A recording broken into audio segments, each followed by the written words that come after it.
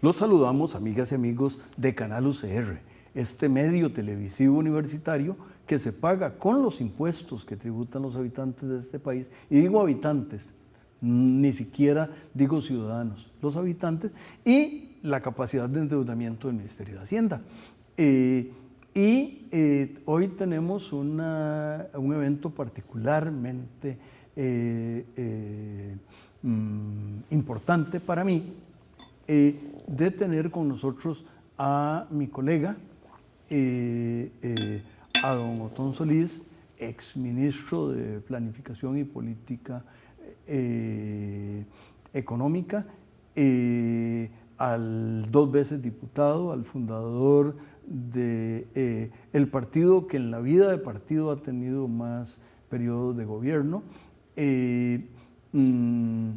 a un pensador permanente. Yo sospecho que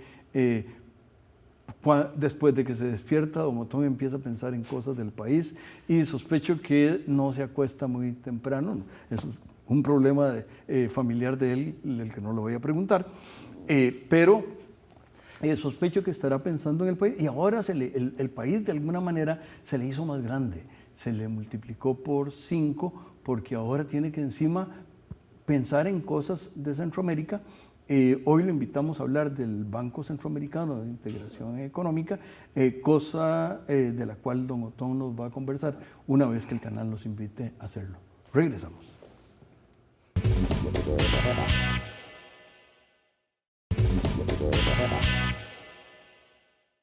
Continuamos, amigas y amigos, conversando con el economista y experto en banca, Otón Solís. ¿Por qué digo experto en banca? Bueno, porque trabajó en el Banco Central, porque fue director del Banco Central, porque cuando estuvo en Londres eso era un tema que le interesaba, y además le interesa, junto con la banca, le interesa un poco el tema de desarrollo. Al cabo, entre otras, fue ministro de Planificación y Política Económica, que es tal vez el ministerio más centrado en temas de desarrollo, pero ahora Costa Rica es nada más un pedacito de su preocupación, porque está en una cosa que usted la puede explicar mejor que yo. ¿Qué es el Banco Centroamericano de Integración Económica? Bueno, un saludo a los televidentes y gracias, don Rafael, por la invitación. El BESI es un banco que se funda a la par de la integración a inicios de los años 60. Es uno de los órganos de integración. Otro era el Instituto Centroamericano de Administración Pública, otro es la Corte Centroamericana de Derechos de Justicia, el SICA, etc. Y el banco... El de Incaparina. Exactamente, sí. Y el banco... ¿Y usted sabe por qué lo dije? Sí. ¿Por qué mi sonrisa? Que se estableció en Honduras. El banco hoy en día ya no es propiedad solo de los 5 países centroamericanos, sino que son socios Belice, México, Panamá, República Dominicana, Cuba, España, Colombia, Argentina, Taiwán y Corea. Y eso sí, por estatuto, convenio constitutivo, en los países 5 originales de Centroamérica tenemos al menos el 51% de las acciones. En este momento tenemos el 59%. Y el banco es un banco de desarrollo que se fondea principalmente en los mercados de capital, porque el aporte de capital de los países pues feneció cuando se hizo el aporte original. Ahora el nuevo capital viene o de los nuevos socios que aportan capital para entrar, o de las utilidades que genera el banco. Es una fuente de capitalización que permite, por medio de los índices de suficiencia patrimonial, pues crear capacidad de préstamos. El banco presta a sectores públicos, presta a bancos por medio de líneas de crédito, bancos cooperativos, públicos o privados, y también tiene una pequeña cartera de préstamos directos al sector privado, donde pues no han habido muchas buenas experiencias, pero sí se mantiene la filosofía de prestar a representantes a empresas del sector privado. Para prestar no puede seguir solo el criterio de capacidad de repago del país o de quien le está prestando, sino que hay una serie de requisitos, porque es un banco de desarrollo después de todo, y entonces hay 3 ejes vitales y un eje transversal. Los 3 ejes son, que no tienen que estar en toda operación, pero ojalá estén: integración, que el proyecto sea integracionista, que le dé competitividad al país, que haga desarrollo social, y el tema del ambiente, que está en todo. Entonces, entre más de esas variables se expresen en una operación, más va a ser las probabilidades de que se apruebe y más comodidades hay para el proyecto. Ha financiado en la región multiplicidad de proyectos. Hoy en día tiene una cartera de más de $7.000 millones. Es en Centroamérica, sumado lo que prestan el Banco Mundial y el BID, juntos no llegan a lo que presta el BESIE. Qué importante. Ese es un tema, con todo respeto, que el BESIE debería cacarear, con todo Sí, respeto. lo decimos normalmente. Fíjese que aquí don Rafael y teleaudiencia, el BESIE ha financiado una batería de hospitales. Hoy en día la torre del Calderón que se está construyendo es financiada por el BESIE. La clínica de Siquirres financiada por el BESIE. El hospital Tomás Casas de Puerto Cortés financiado por el BESIE. El hospital de Liberia, el de Nicoya, el de Heredia. Y hay muchos otros hospitales y clínicas financiadas por el BESIE. La carretera costanera financiada por el BESIE. El primer proyecto de energía geotérmica es aún hoy día, es un BTO y es propiedad del BESIE hoy. Nosotros lo alquilamos para la administración, pero es propiedad del BESIE. La ruta 27 a Caldera, esa concesión de obra pública, el préstamo lo hizo el Banco Centroamericano. Una parte de la manga que conecta la ruta 32 con la nueva terminal de muelles de contenedores es financiada por el BESIE. Multiplicidad de acueductos en este país y programas de saneamiento ambiental han sido financiados por el BESIE. Ahora tenemos en proceso un crédito para el Teatro Nacional, otro para la Universidad Técnica Nacional, el proyecto para llevar agua a Guanacaste, tanto agua potable como agua de riego agrícola, como agua de riego turístico, digámoslo así, para la costa. Es un proyecto del BESIE. De hecho, es el crédito más grande que Costa Rica ha recibido a lo largo de la historia. ¿El de agua para Guanacaste? Sí, $425 millones. Es el crédito más grande que Costa Rica ha recibido en la historia del país. Y es el segundo crédito más grande que ha dado el BESIE a cualquier país. Hay uno más grande a Panamá, de como 50 millones más grande. Y digamos, cada socio tiene un director. Yo soy el director por Costa Rica y mis funciones son muy atinentes a nuestra profesión, don Rafael, y sobre todo un poquito lo que me especialicé yo cuando estuve fuera del país, es ver análisis de proyectos, viabilidad crediticia, tasas de rentabilidad, el VAN, el TIR, análisis de costo-beneficio. Otra parte del trabajo es ver los estados financieros del banco, la situación de riesgo, la situación de la cartera por el lado pasivo, dónde estamos captando, a qué tasas de interés, cómo es nuestra cartera por el lado activo, por sectores, se alinea con los planes de desarrollo de los países o no se alinea. Y la otra parte de mi tarea es, digamos, expresar las prioridades del gobierno de Costa Rica para llevarlo como operaciones al banco y sacar lo máximo que se pueda, también en cooperaciones técnicas para hacer estudios de factibilidad o otras que no son necesariamente asociadas a un proyecto, pero que permiten hacer estudios de un tipo o de otro. Y bueno, una tarea adicional es estar un poquito insistente en las instituciones ejecutoras de créditos del BESIE en Costa Rica para que se ejecuten con celeridad, tratar de coordinar instituciones, ver dónde está el valladar, por qué un proyecto no camina, y estar disponibles si cuando llegan a la Asamblea Legislativa los diputados requieren de alguna información adicional, pues estar dispuesto. Eso es, mi voto en el banco pesa lo que pesa valga la redundancia, el peso de Costa Rica en la estructura accionaria del banco. ¿Qué es más o menos cuánto? 11.74. Cuando Corea haga el aporte de capital, porque Corea es socio pero todavía no ha hecho el primer aporte de capital, vamos a bajar un poquito en propiedad. Pero eso es lo que pesa mi voto en cualquiera de las votaciones que se hacen en el banco.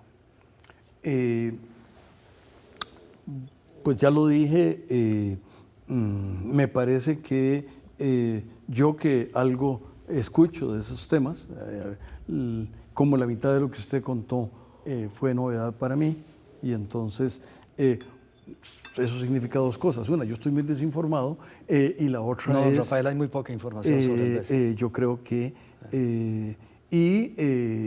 de alguna manera, no la tengo en este momento clara, pero estoy seguro que en el canal, si podemos de alguna manera coadyuvar al proceso de difusión, estoy seguro que nos dará mucho gusto, y creo que será muy importante para el canal y para el BESI, y estamos haciendo las cosas para las que que nos toca hacer. Fíjese, don Rafael, que a diferencia de otros bancos de desarrollo, porque ese es el mundo en que nos movemos, Banco de Desarrollo, es el BESI, contrario a otros bancos que para dar créditos ponen de condiciones a veces ideológicas. Mire, le doy plata, pero me privatiza esto, o me firma tal tratado de libre comercio. El BESI no pone condiciones ideológicas. En segundo lugar, el BESI en la matriz de una operación, de un financiamiento, exige muy poco aporte local. Otros bancos tienen matrices 60-40, 70-30, 80-20. El banco mucho proyecto lo financia en su totalidad. Contrario a otros, reitero, bancos que piden una parte del financiamiento grande del país que se endeuda. Otra ventaja del banco es que en temas de comisiones y de compromiso es mucho más barato que otros bancos.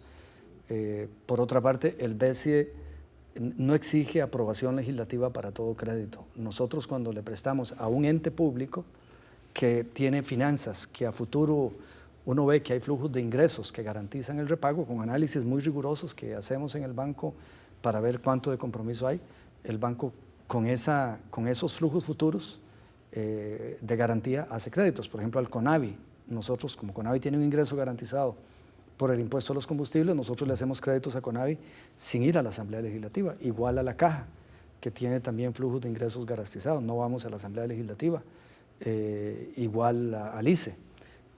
Contrario para otros proyectos como el Teatro Nacional, que no es un negocio rentable, la rentabilidad es social, es una externalidad al desarrollo económico. Ahí sí no nos garantiza que el flujo de ingresos del banco nos pague el crédito, entonces necesitamos garantía soberana, o sea, tenemos que ir a la Asamblea Legislativa.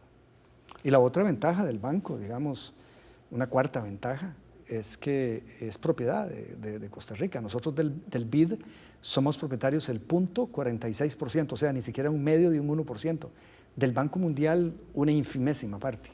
De hecho, en esos dos bancos nunca somos titulares en la silla de la dirección.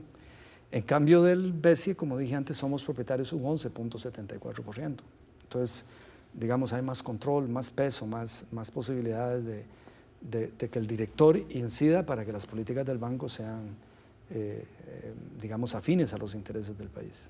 Bueno, y me da mucho gusto que un colega, y un colega tan distinguido como usted, esté en esa silla, porque en el pasado, con todo respeto para las gentes que estuvieron antes que usted, algunos de ellos no son, en mi opinión, y solamente en eso estoy hablando, tan preparados para estar sentados ahí como usted, y con esa opinión mía, los profesores universitarios somos muy opinionados. Invitamos al canal a que nos invite a regresar.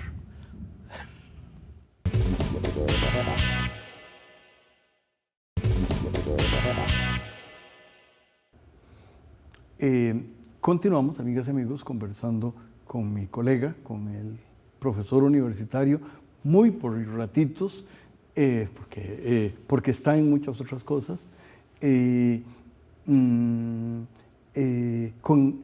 con la persona posiblemente que menos presentación tiene de quienes hemos entrevistado este año, necesita, perdón, me confundí, quien es más conocido por la audiencia entre todos los que yo creo que hemos invitado, y no voy a hacer ninguna comparación, sino quise decir eso, alguien que no requiere presentación. Pero ahí voy a una cosa, cuando usted sí se hace la barba, cuando usted se ve en el espejo en las mañanas que se hace la barba o a la hora que se la haga, usted cómo se ve, cómo se siente usted que estuvo en tantas peleas, en tantas cosas y ahora tiene una restricción estatutaria que precisamente el puesto de ser representante de Costa Rica en el Banco Centroamericano le impide. ¿Cómo se siente? Atinada pregunta, don Rafael. No, digamos, me siento con un esfuerzo de autocontención permanente, porque desde que regresé yo al país de mis estudios de posgrado, he sido lo que usted hace un rato dijo de los economistas, opinionated.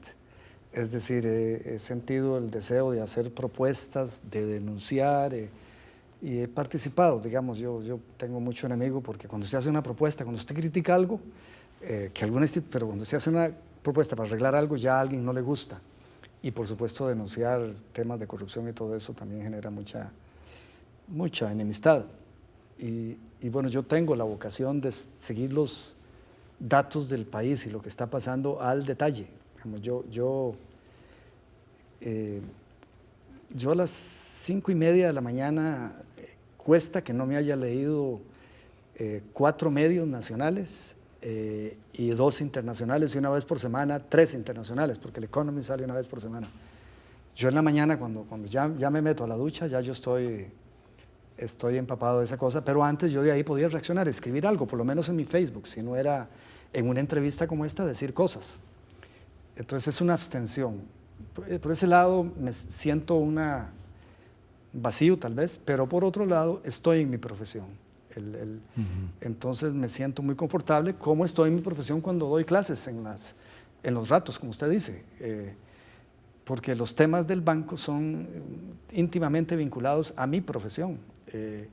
Temas, crédito para este proyecto, ¿qué tiene que ver con desarrollo? ¿Y cómo está la macroeconomía de ese país? ¿Y a qué tasas de interés le estamos prestando a ese país o a Costa Rica? Y el tema de la ejecución, es un tema de la eficiencia del Estado, que es también de nosotros, los economistas, cómo utilizar ese recurso escaso de la manera más eficiente para lograr los objetivos, en este caso de un crédito. Entonces me siento más, dígalo usted, en mi charco. Yo rápidamente leo los documentos y se me hace fácil prepararme y llevar ideas al directorio del banco. Vengo de una reunión virtual por conferencia de internet y ahí hice una propuesta sobre uno de los temas de fondo porque estamos preparando el plan estratégico 2024, son 5 años. Y entonces en ese lado me siento como que volví a mi terreno, a mi territorio y me siento muy bien, pero sí, ahí acumulando inquietudes y ganas de hacer propuestas sobre el desarrollo nacional. Pero bueno, hay mucha otra gente que lo hace muy bien y nadie es necesario ni indispensable, es decir, nada más que uno se la cree y cree que puede tener alguna idea o que la forma de interpretar algún hecho puede ser, no solo local, sino internacional. El mundo está lleno de cambios y desafíos. Mañana hay una elección en Israel, ¿verdad?, que provoca todo tipo de ansiedades ante un candidato que declara que va a anexar los asentamientos y la margen occidental del río Jordán, es decir, se acaba la historia de los 2 estados. Estoy describiéndola, vea que no estoy editorializando ni valorándola, pero es un cambio de fondo. Si Netanyahu gana, eso significa un cambio de fondo. Por otra parte, si pierde, revela una disposición interesante de la población del Estado de Israel. Y todos los días en Estados Unidos ocurren cosas en el campo económico, en el campo político, interesantísimas, que provocan escribir, que es la forma en que yo más me he expresado. En Europa con el Brexit, es todo también un reto gigantesco. China tratando de acomodarse para evitar sanciones comerciales de Estados Unidos, tomando decisiones para incrementar el consumo e importar un poco más y satisfacer las demandas del presidente Trump y mucha otra gente en Estados Unidos. Es un mundo fascinante en que han cambiado las reglas y el debate ideológico está patas arriba, digámoslo así.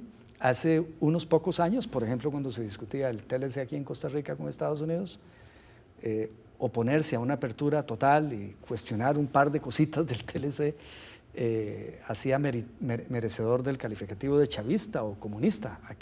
Hoy en día el partido más de derecha quizás de la historia de Estados Unidos, el Partido Republicano es de derecha, pero hoy en día es realmente derecha.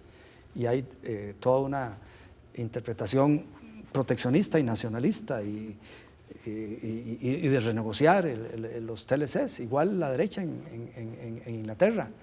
Me encantaría, por ejemplo, Tom, hablar un poco de la política británica, porque usted la conoce muy bien y estudió por muchos años allá, pero voy a ir a un tema más BESIE. Usted nos contó que ha hecho el BESIE, pero a usted le quedan 3 años como director. ¿Qué le gustaría ver al cabo de 3 años? Me gustaría ver los proyectos que aprobamos para Costa Rica y que pues hay que trabajar mucho para que se aprueben porque hay competencia por los recursos, claro, ejecutados con celeridad. Es decir, que los mandos medios y las jerarquías de las instituciones se arremanguen y realmente tengamos como logro no el que hemos tenido. En Costa Rica hay una obsesión con los procedimientos y es importante los procedimientos, pero tenemos que obsesionarnos un poquito con los logros y los resultados. Y estamos de un lado, hay que no pasarse totalmente al otro lado ignorando procedimientos, pero movernos por lo menos al centro, en esos dos extremos. Y aquí hay pasos, psicologías, culturas a todos los niveles en que logro es obstaculizar algo y no construir una obra, por ejemplo. Entonces yo quisiera que haber contribuido a que se aceleraran esas cosas, a que se aprobaran créditos muy interesantes. Yo quisiera que a la Caja le financiáramos 2 hospitales que tiene ahí en línea, son proyectos maduros, ya con estudios de factibilidad, expropiaciones hechas, y seguir siendo el banco un actor importante en el fortalecimiento de la Caja Costarricense del Seguro Social. Y bueno, yo quisiera también, en unos esfuerzos que estoy haciendo a nivel de interior del directorio, pues mejorar en materia de austeridad y de transparencia, en materia de gestión del directorio.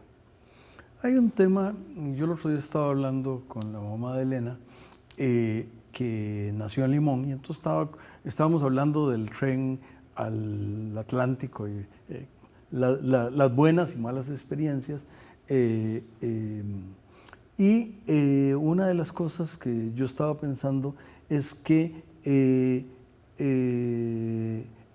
para hacer ese tren no hubo estudios de prefactibilidad ni ninguna cosa, más o menos, y el empresario nunca había, que era el que estaba a cargo de todo, no sabía nada de ingeniería, un poco viendo su... Y el tren funcionó bien, los túneles más largos construidos en Costa Rica se construyeron en ese ferrocarril. ¿No habría posibilidad de que de alguna manera se suavice un poco eso? Porque cuando me dicen que el tren eléctrico se van a tardar 4 años en estudios de prefactibilidad, y yo soy viajero del tren y del transporte público, todo, yo digo, pucha, no habría alguna manera, es posible que no pueda hacer, pero le hago la pregunta con toda la ingenuidad de un polo herediano. Hablando digamos, cosas que quisiera ver hechas, es exactamente, tiene que ver con los 2 proyectos, el TELCA, el tren eléctrico limonense de carga, y el tren aquí eléctrico de pasajeros del Gran Área Metropolitana. Ahí el BESIE está financiando los estudios de factibilidad de ambos proyectos y con disposición, de acuerdo a los estudios, a financiar el crédito mismo para la obra, la parte que se va a financiar con crédito. Pero no, la meta es que en menos de un año estén los estudios de factibilidad de ambos. Se están en estos días abriendo las licitaciones de ambos estudios de factibilidad para ambos proyectos y que después pasemos a la etapa del crédito licitación para construcción y para concesión, porque el tren eléctrico urbano de aquí, de la gran área metropolitana, se daría en concesión y para proceder. Y que cuando se habla de varios años para el tren aquí urbano, es para iniciar la construcción. Y ahí la primera dama ha sido, me parece a mí, muy responsable, que está liderando el proyecto, no creando expectativas de que en este gobierno se va a poder tener ese tren. Lo que está diciendo, no, vamos a avanzar lo que se pueda.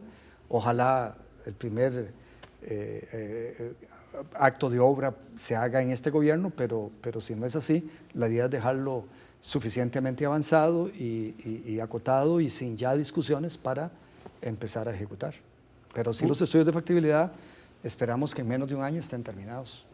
Pues qué bueno que usted está ahí, qué bueno que usted trabaja como siempre ha trabajado, qué bueno que usted sabe lo que usted sabe, porque eso le ayuda a los hermanos centroamericanos, que también es importante que tengan el beneficio de un banquero y economista como usted, y le deseo muchos éxitos al BESIE, al país y a usted. A las amigas y amigos los invitamos a que la próxima semana, en los mismos tiempos y circunstancias, nos acompañen y quédense con Canal UCR, por favor.